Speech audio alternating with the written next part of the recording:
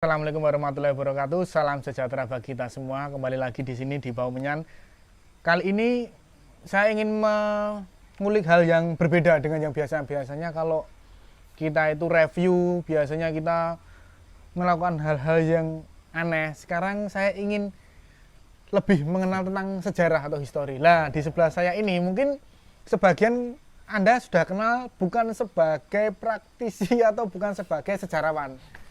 Karena beliau ini selain yang nanti kita pertanyakan atau kita ungkapkan, beliau ini juga ketua dari grup mancing. Tapi kita bahas itu di kesempatan yang lain. Kita bahas itu, yang kita bahas sekarang adalah di segi sejarahnya.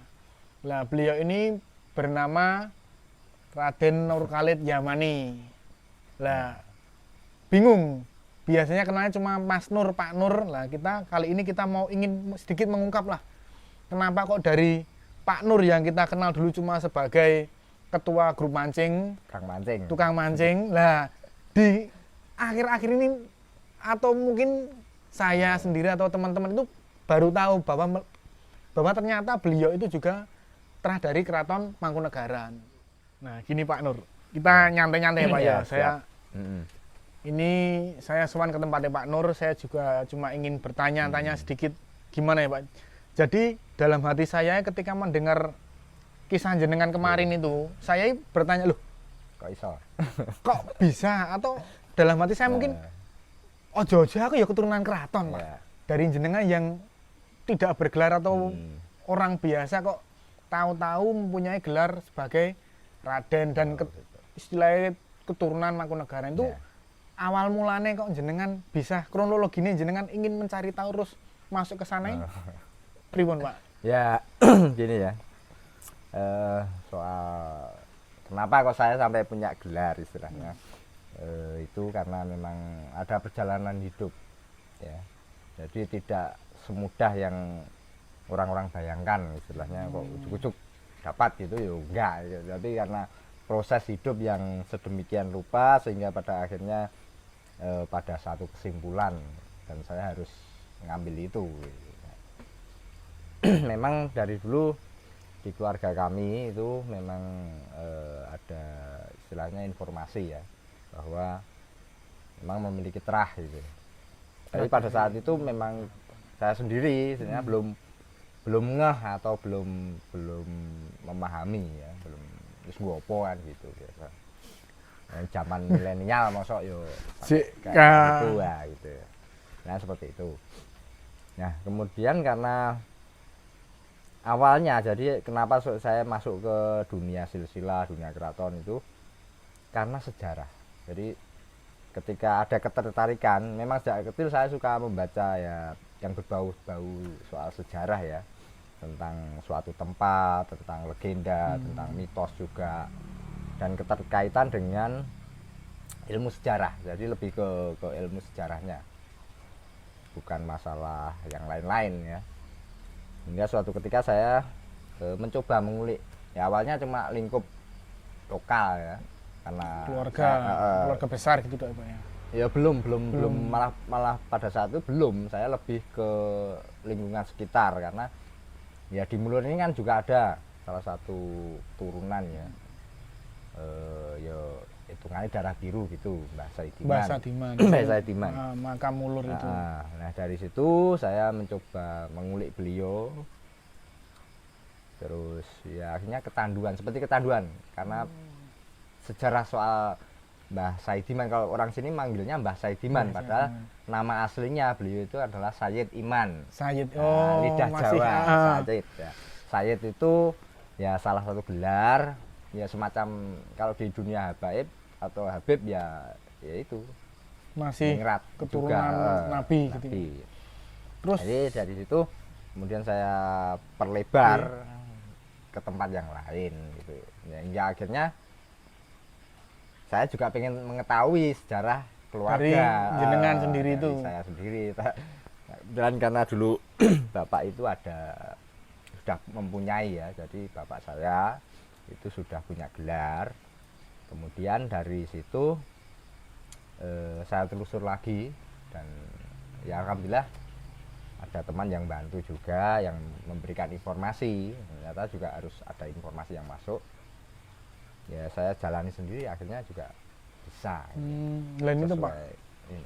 kira-kira berapa lama Pak jenengan dari pertama mulai masuk, ini masuk saya maksudnya masuk mencari tahu tentang silsilah keluarga, sampai jenengan akhirnya mulai berani datang ke Keraton Mangkunegaran, terus jenengan mulai pengajuan gelar dan sebagainya itu? Jadi ya waktu itu karena kita mengumpulkan informasi dulu biar nanti ke sana itu juga tidak gusa-gusu atau tidak miss gitu. Ya saya persiapkan sebelumnya ya. Ya kebetulan kita masuk di grup-grup Trah gitu. Terus ada salah satu teman juga pada saat itu juga sedang mencari gitu. Dan saya diberikan brosur atau kopian. Ya di situ tertulis syarat yang harus dilengkapi istilahnya seperti itu. Salah satunya itu ya bukti tadi yang dipunyai oleh bapak saya, kemudian saya lanjutkan, istilahnya saya cuma tidak mencari tapi saya melanjutkan yang sudah ada, jadi lebih mudah karena sudah punya bukti sebelumnya untuk gitu. pengajuan gelar itu Pak. Dan prosesnya kurang lebih kemarin sebelum jadi itu sekitar 1 bulan karena pada saat itu ngepasi gitu. Biasanya kalau dalam kondisi normal itu 2 minggu selesai karena harus dicek juga, cek keaslian, keaslian ininya, silsilahnya ada atau tidak. Dan ya alhamdulillah kalau saya menerimanya ya istilahnya dipermudah itu, karena ada juga temen yang sampai sekarang ini walaupun juga valid belum sempat itu sampai sekian ya mungkin 2 tahun ini belum. Itu bahkan dia ngasih informasi sebenarnya.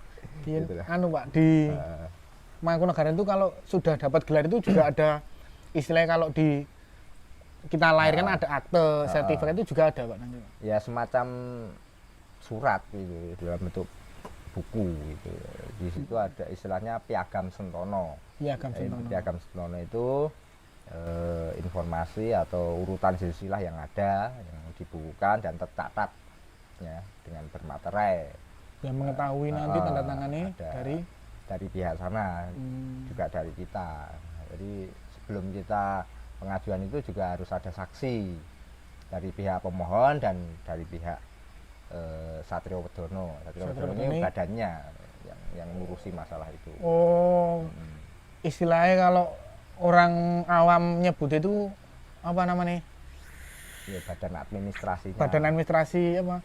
Sertifikat. Ya itu. Nanti di sana kita mengajukan dulu, dari pihak sana nanti dicek, terus ya kita juga ada saksi gitu. Nah kebetulan kemarin sebenarnya saya dimintai saksi, cuma karena yang tahu itu kebetulan bapak saya sudah mulai sakit, ya saya cuma sendiri, tapi terus karena buktinya sudah kuat dengan surat yang ada sebelumnya itu lebih kuat gitu loh.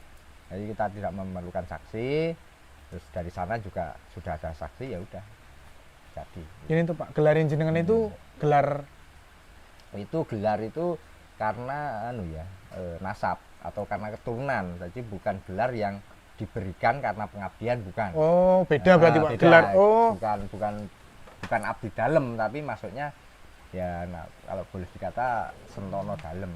Sentono itu istilahnya anak turun. Lah itu baru saya tahu. Yang saya tahu itu lah orang awam seperti saya mungkin yang nonton ini juga Pak tahun itu kalau kita masuk ke keraton, kita mengabdi, kita jadi abdi dalem, kita dapat gelar. Ada yang seperti itu, ada. Orang awam bisa dengan pengabdian atau jasa. Misalnya jasa itu ada beberapa yang memang karena apa ya istilahnya sumbangsihnya kepada keraton, dia bisa mendapatkan itu. Nah, yang sing soal itu tadi Pak, berarti gelar itu di beberapa macam. Keratonnya ada istilahnya grade ya Pak ya? Ya, ada gelar karena keturunan, tapi ada juga gelar karena pengabdian atau jasa, istilahnya seperti itu. Nah, bagi orang awam mungkin melihat gelar yang bermacam-macam ya. Ada yang pakai misalnya Kanjeng Raden Tumenggung. Nah, Tumenggung. Itu terlihat gitu. Padahal sebenarnya itu gelar karena pengabdian, bukan karena anak. Walaupun ada juga seorang keturunan yang mengabdikan diri itu juga ada gitu loh. Tumenggung. Mm-mm. Tumenggung ini yang saya Jabatan, ngarani. jabatan. Itu ke bupati. Ya. Pak. Setingkat bupati. Setingkat bupati, Tumenggung. Tumenggung. Jadi di silsilah saya juga ada yang Tumenggung. Jadi nomor 1. Yang pertama jadi putri dari Mangkunegaran. Itu yang jadi mbah saya itu yang lakinya atau suaminya itu gelarnya Tumenggung. Ya, jadi kita dari Tumenggung Puspokusumo. Tumenggung Puspokusumo. Lin anu Pak, yang kayak apa ya? Ini mungkin sedikit agak melenceng yang saya tanyakan. Kan dulu saya pernah tahu kalau sing yang istilahnya yang berpangkat harus menikah dengan yang berpangkat, yang bergelar harus menikah. Apa itu juga emang Ya, dulunya seperti itu? Emang dulunya seperti itu. Jadi ya ini hubungannya ya bangsawan ya. Bangsawan itu tidak boleh atau tidak dinikahkan dengan orang awam. Jadi kebanyakan kalau zaman dulu kan dijodohkan, jodohkan. Tapi sadar tidak sadar kita juga yang menjalani itu juga menerima, artinya memang seperti sudah tertakdirkan. Ya. Contoh di kami sendiri, jadi antara Mbah Kakung dan Mbah Putri ini sebenarnya satu wadah atau ibunya sama, hanya berbeda bapak. Itu yang terjadi. Mbah Kakung, Mbah Putri. Mbah Kakung sini sama Mbah Putrinya. Jadi balung yang pisah itu berkumpul kembali. Oh iya ya, Pak. Itu baru satu, ya kita lingkupnya masih lokal ya, artinya masih dalam wilayah Solo. Nanti bisa jadi juga antara Solo dan Jogja itu juga menyatu juga. Jadi ini ku istilahnya cuma apa ya? Ya sudah, biar agar takdir tidak apa ya turun temurunnya tidak hilang. Tidak hilang. Silsilah itu tidak hilang. Ya contoh saja saya dengan mantan istri karena sudah pisah ya karena suatu hal itu saya lihat, saya telusuri sejarahnya juga memang kita setingkat gitu loh. Jadi, masih adanya. Cuma dari pihak sana memang agak kabur karena memang kepaten obor gitu. Istilahnya sampai atasnya itu enggak terdeteksi gitu. Nah itu Pak, sing sulit itu terkadang orang Jawa menanyakan, yen kowe iso ngerti pitung turunanmu, kowe sektile. Nah, aja kok pitung turunan. Ini sampai 9. Telung turunan wis. Ya, kan kalau sekarang ya ini yang perlunya kita belajar untuk istilahnya mendokumentasi gitu ya. Agar kita atau lebih ke anak cucu nanti itu tidak bingung mencari siapa jati dirinya gitu. Saya pun sebenarnya juga kaget ketika mengetahui silsilah atau leluhur-leluhur kita dulu gitu. Ternyata beliau-beliau itu ya nun sewu orang-orang yang ya disegani pada masanya. Saya pribadi pun merasa agak malu atau isin dengan kondisi yang seperti ini. Artinya yes, kita mencoba untuk apa ya istilahnya menjaga nama baik dari keluarga, itu aja yang paling pokok itu. Jenengan isin, tapi penasaran. Ini aneh Pak, saya tanya. Mungkinkah? Mungkin nggak? Saya ini ternyata keturunan keraton. Mungkin nggak? Dari apa gitu yang saya lihat dari pengalaman ya, maksudnya selama kita sudah mengenal ini, saling mengenal, itu memang ya ada kemungkinan dalam arti jalur yang nanti ditelusuri itu pada akhirnya juga kan ketemu. Kalau saya pribadi itu mengenal seseorang itu biasanya ada ya masalah hati itu tidak bisa ngapusi ya. Bahasa Jawa soal hati itu dan ada kecenderungan orang-orang yang menyusuri itu juga memiliki karena ada semacam panggilan untuk mencari panggilan jati diri. Tidak sembarangan, walaupun beliau juga pasti itu, tapi tidak dari satu keluarga itu tidak semuanya terpanggil untuk itu. Ya, seperti itulah itu. Terus ini Pak lanjut ya, tanya ya kalau Pak, ada niat untuk mencari ya silakan. Nah, itu Pak. Usahanya. Menurut ini minta tip. Mungkin saya pribadi dulu nggak usah teman-teman saya pribadi. Seandainya saya ingin mencari apa istilahnya mencari kenyataan saya yang sungguhnya, apakah saya itu masih turunan ningrat atau dan sebagainya, keraton mana, itu tipnya atau istilahnya cara sing pertama yang harus saya lakukan itu sebaiknya seperti apa, Pak?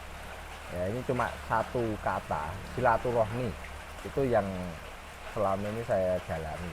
Jadi dengan silaturahmi, ya dengan keluarga, karena kita mencari hubungannya dengan keluarga, ya kita silaturahmi pada keluarga. Entah itu Pak D, Bude, Mbah, atau siapapun, atau saudara, ya di lingkup keluarga itu kita silaturahmi dulu untuk mencari siapa kita, keturunan siapa. Ya kalau yang dari Mbah itu masih ada Pak D, ya kita sowan ke Pak D, istilahnya sowan, kita minta petunjuk. Nah nanti seiring berjalannya waktu juga akan dibukakan dengan sendirinya. Kalau memang sudah waktunya itu biasanya dipermudah, tinggal kita berdoa saja. Ya, ini insya Allah sebuah niat itu akan dicatat. Baik. Nah, kalau itu dipermudah, baik, itu juga akan di satu sisi memang diuji untuk ini niat beneran atau enggak. Yang kedua, jika itu memang niatnya ujian itu selesai, ya dia akan dipermudah. Yang terkadang pintu itu baru diuji sekali dan bubar. Ya. Ini nggak tahu, ternyata kenyataannya gimana nggak tahu. Terus ini Pak, saya mau tanyakan lagi Pak.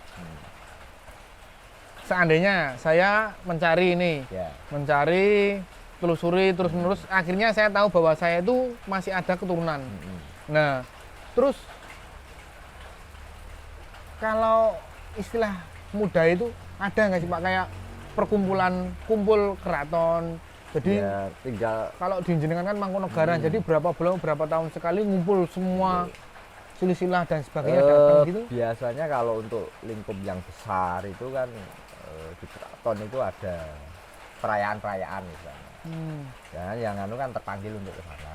Atau ada undangan itu. Dapat undangan resmi ya Pak ya? Ada undangan resmi. Tapi kalau di lingkup yang lebih kecil ya biasanya kan tra atau bani. Istilah nek di tempat kami itu istilahnya kumpul keluarga itu baninan gitu. Bani, Jadi, bani ini bani putra, keturunan ya, istilah. gitu. Iki lanjut Pak. Iki Ya. nama yo gimana ya Pak? Ya ceritanya iki yo menggebu-gebu Pak. Nah, ada Ya karena ada ketertarikan yang sama. Ada ketertarikan. Terus ada banyak hal yang mungkin saya perlu tanyakan. Nah, sing ini Pak lanjut Pak ya. Ya. Seandainya ini gini, saya dapat gelar, terus ada nggak sih hak istimewa saya di lingkungan atau di keraton itu istilahnya gitu? Kalau hak istimewa, istilahnya ya kita berhak atau mendapatkan kesempatan. Kalau biasanya di tempat-tempat atau apa ya, keraton ini kan punya hari-hari besar, itu pasti ada undangan. Ada. Nah, dan kita boleh ikut kan gitu. Berarti ada sendiri Pak, hari besar, hari Jawa gitu. Kayak satu suro kita berhak untuk ikut kan gitu. Berhak. Dan masih mendapat undangan resmi. Ya itu. Terus kalau di lingkungan masyarakat ya pasti beda gitu.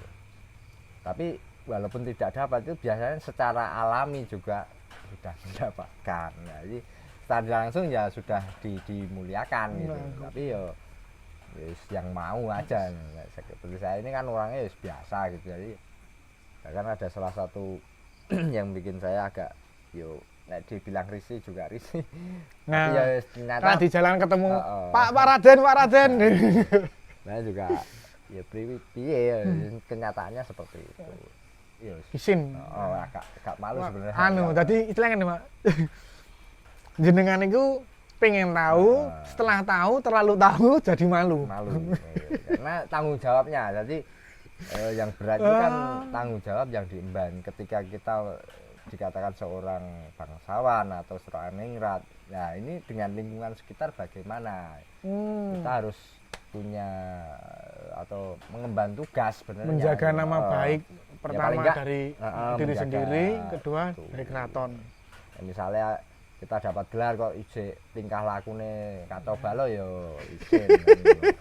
Ya saya sendiri alhamdulillah ya cuma lebih ke masalah ilmu atau keilmuan. Jadi saya mempelajari sejarah, punya bekal ilmu, dan semoga ilmu ini juga bermanfaat untuk yang lainnya. Amin.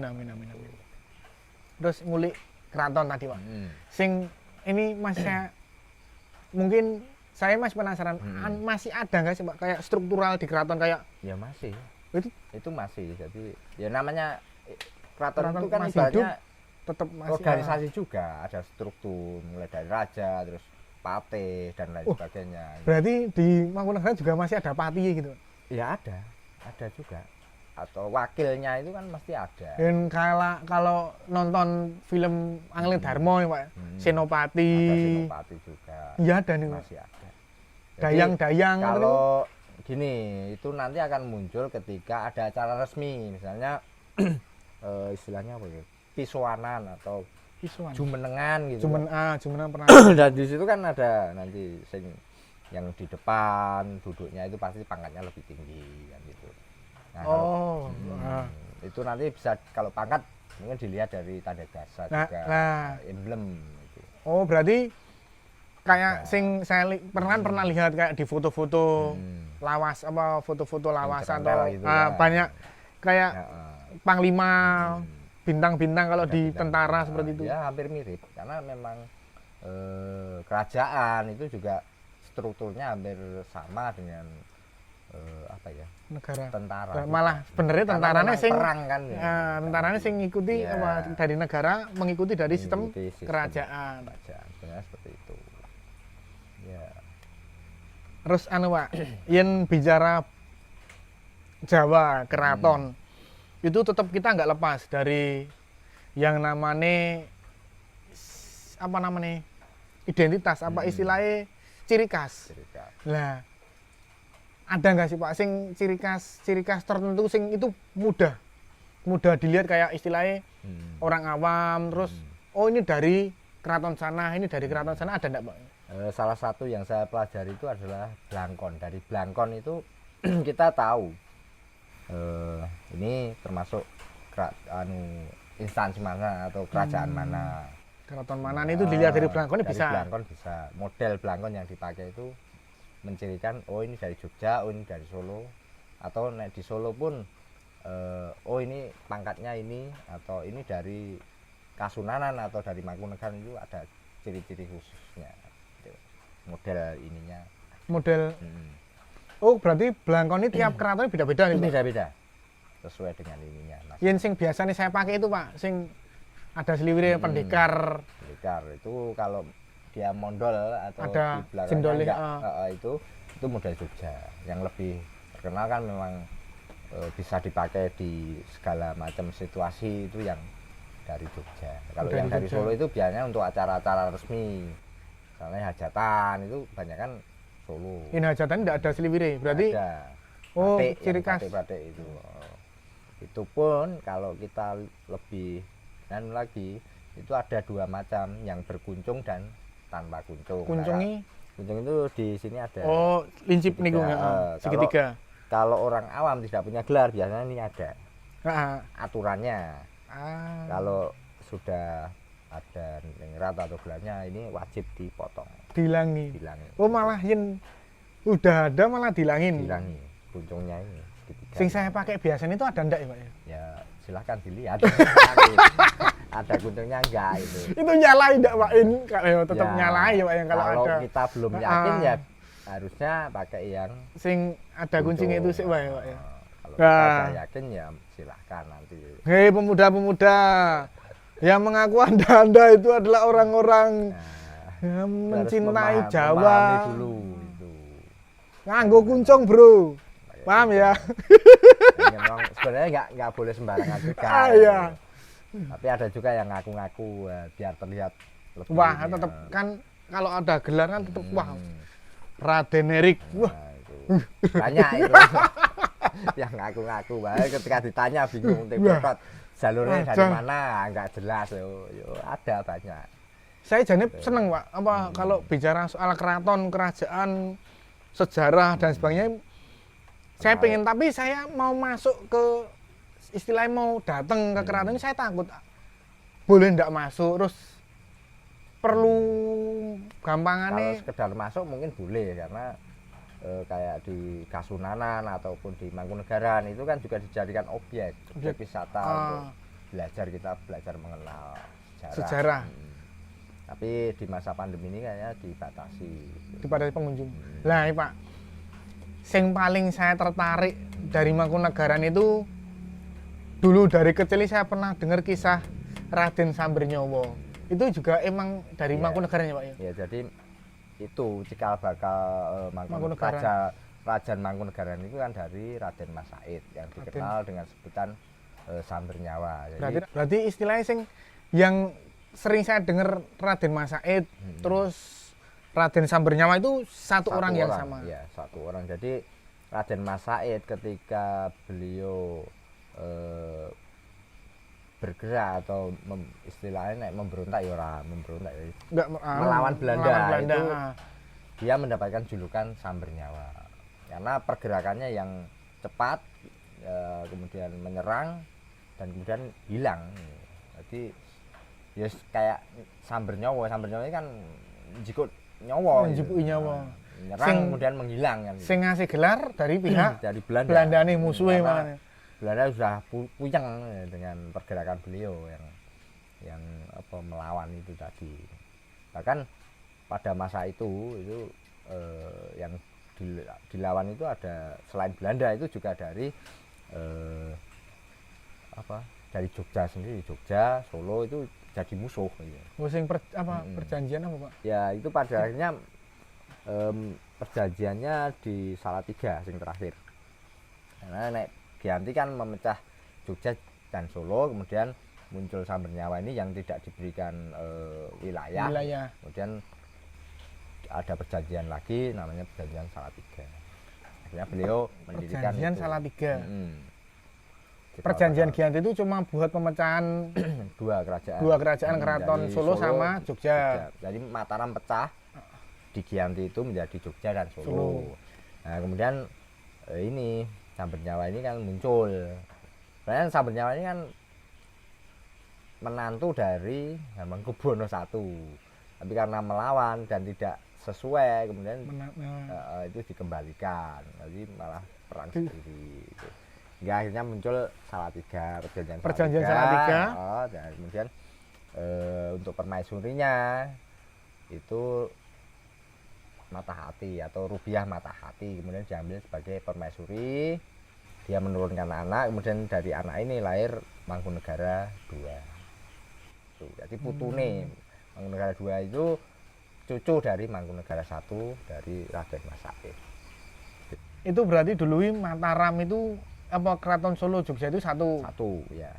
Satu bertempat di itu terakhir kan di Surakarta. Setelah geger Kartosuro, pecinan itu. Kemudian mencari tempat yang lebih baik istilahnya, karena ada mitos kalau tembok itu sudah bolong, tembok keraton sudah bolong, itu harus membuat keraton baru. Yang dipindah di Surakarta pada masa Pakubuwono II. Nah, pada masa Pakubuwono II kemudian muncul perjanjian Giyanti, akhirnya di Jogja jadi Hamengkubuwono I. Ya. Berarti kalau dihitung umurnya gitu tua Solo sebenarnya. Iya. Solo pada sama saat Jogja itu nih. ya sebenarnya Solo yang jadi ibu kota kan Solo. Mataram itu di Solo, di Surakarta, kemudian dipecah oleh Belanda. Ya jadi dua. Kartasura pindah ke Solo, dibalik kok jadi Surakarta. Kemudian muncul Raden Said, karena sebenarnya yang berhak atas tahta itu bukan Pakubuwono II itu, bukan, tapi bapaknya si Raden Mas Said ini, bernama Arya Mangkunegara Kartosuro. Kartosuro lah, karena ini kemudian dengan tipu muslihat Belanda ini dibuang toh. Mulai geger itu Kartosuro itu karena nggak ada putra mahkotanya oleh Belanda, dibikin ya Pakubuwono II itu. Yes. Pada saat itu rumit sekali ya.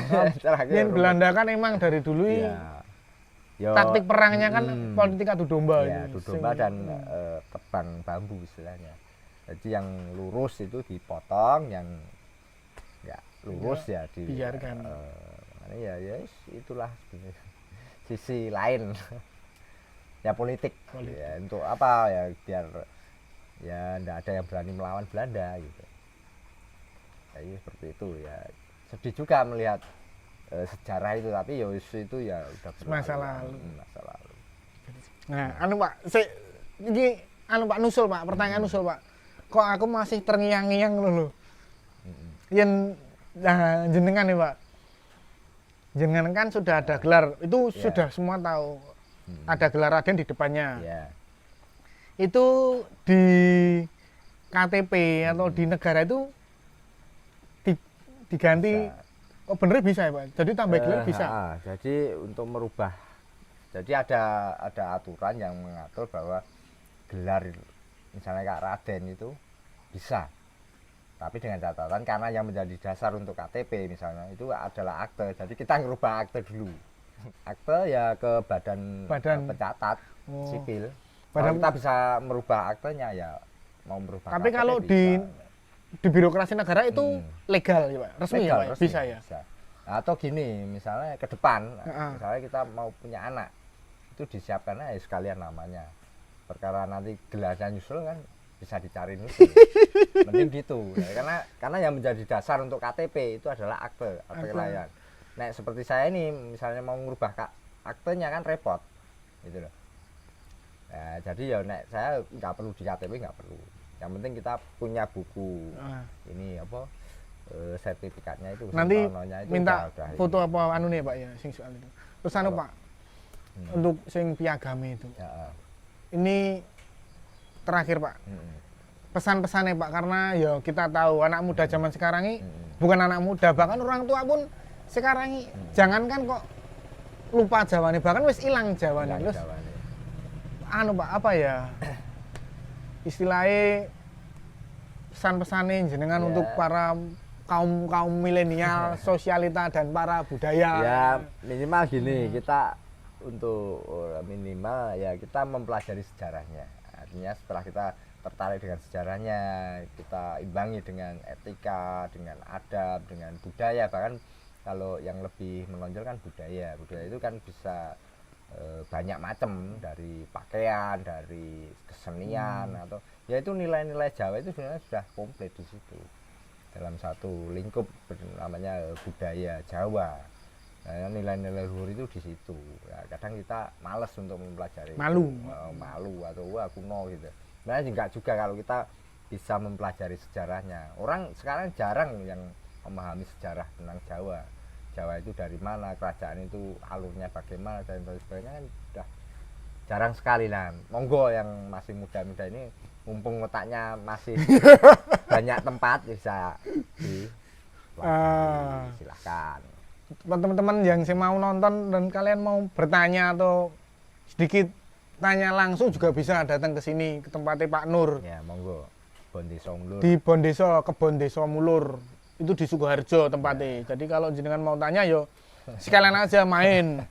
Di sini juga ada banyak kuliner ya Pak ya. Kuliner renang juga bisa. Nanti bisa ketemu langsung sama Pak Nur, tanya-tanya tapi di luar jam kerja. Ya, jangan pas rodok longgar ya rapopo. Jam kerja tapi longgar ya. Benar hari ini rodok repot ya. Bisanya sesi malam. Nah, sesi malam. Terima kasih untuk semuanya yang sudah nonton sampai akhir, walaupun mungkin ini cuma bahasan biasa sing bisa Anda lihat atau bisa Anda cari di manapun juga, tapi menurut saya ini sebuah hal yang perlu dikagumi karena juga kita bisa langsung tahu tentang bukan istilahnya kayak pelaku sejarah atau istilahnya beliau-beliau yang benar-benar ada di struktural itu yang pernah mengalami hal-hal seperti itu. Dan jangan lupa tetap panteng channel ini, subscribe-nya jangan lupa dipencet, nggak usah diingatkan, nggak masalah, saya enak, cukup like, subscribe, udah, sama share. Cukup sekian, terima kasih, wassalamualaikum warahmatullahi wabarakatuh, ketemu lagi di video berikutnya, selamat malam.